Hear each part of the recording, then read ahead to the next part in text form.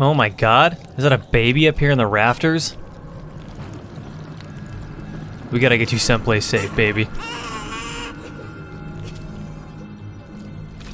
Before this video gets going, let me say that this isn't a full review like my other videos. This is an update video to my old review of Agony. So if you haven't seen that video, maybe check it out before you watch this one. But if you're like a lawyer or something and your time is valuable, I'll do a quick recap. Back in May, a studio called MadMind released a horror game called Agony that was pretty poorly received by audiences for a variety of reasons and was embroiled in a huge censorship controversy. After the release, MadMind vowed to fix the game as best they could and release a full uncensored version of the game at some point. Fast forward to Halloween, and Agony Unrated is released, which is a polished version of the original Agony, including new content, as well as all of the content that was cut for censorship reasons, and a lot of visual and quality of life improvements to the game. If you didn't watch my original video, here's a short list of problems I had with the game on release. Now the question is, with all these improvements that I mentioned, is Agony a good game? Surprisingly, I think the answer is yes. I probably wouldn't have recommended Agony to anyone on release, but I would definitely recommend Agony Unrated to any horror fan. Let's get into what changed. Story mode by far has seen the most changes, but I'll also briefly revisit Succubus mode and Agony mode later on. First of all, right off the bat, on the main menu, it's very obvious that MadMind has been meticulously polishing this game since release to try and make it more appealing in every possible way. Here's what the menu looks like in the original release, and here's what it looks like now. I know that how a main menu looks doesn't really matter in the grand scheme of things, but if they took the time to make their menu not look like shit, and they probably took time to fix the rest of the game too, so this is a great sign. Also, Succubus mode is available from the start now, which is a massive improvement. On starting the game, the voiceover in the opening cutscene is updated. It's worse, but it's updated. There are a couple of other spots in the game where the voice acting was redone, but overall the voice acting hasn't really improved. It's still hit or miss with more misses than hits, but that's fine. Good voice talent is expensive, and it's not really vital for a game to be great. The second thing you notice almost immediately is that the HUD actually makes sense now. You have a health bar and a stamina bar that you can actually see, unlike the previous release, which gave you a barely visible stamina bar. The HUD doesn't matter, and honestly, this game could very easily just have not included one at all. But if you're going to use a HUD, it needs to be easy to interpret, and now it is. I could go on mentioning small items like this that were polished up, but I'm going to cut it off here because that would be exhausting. The point is that there are a plethora of minor changes that all add up to a more appealing experience, both in terms of gameplay and in terms of visuals. Those minor changes also included the apparent fixing of all the bugs I mentioned in my original video. I'm sure there are still some, but Agony Unrated, in my experience, seems to be bug-free or close to it.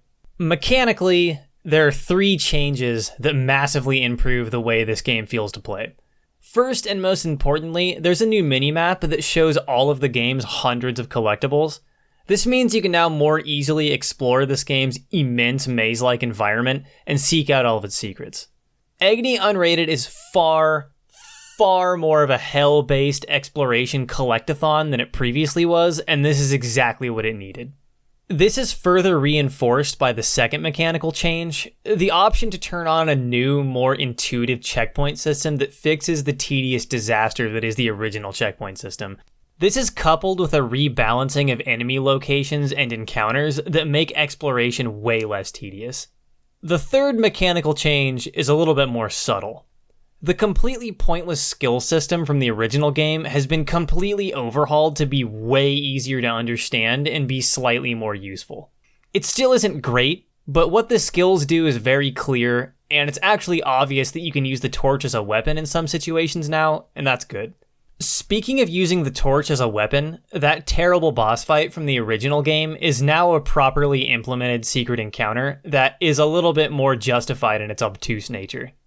The final gang of changes that is probably honestly just as pivotal as the minimap is to improving the game is the inclusion of all of the game's previously cut content that was removed during the censorship controversy, as well as the addition of some new content. All of this missing information in the original release removed a lot more context than I initially thought. In Agony Unrated, the storyline makes significantly more sense and it's clear what's happening. This was probably the most surprising find playing through this game again.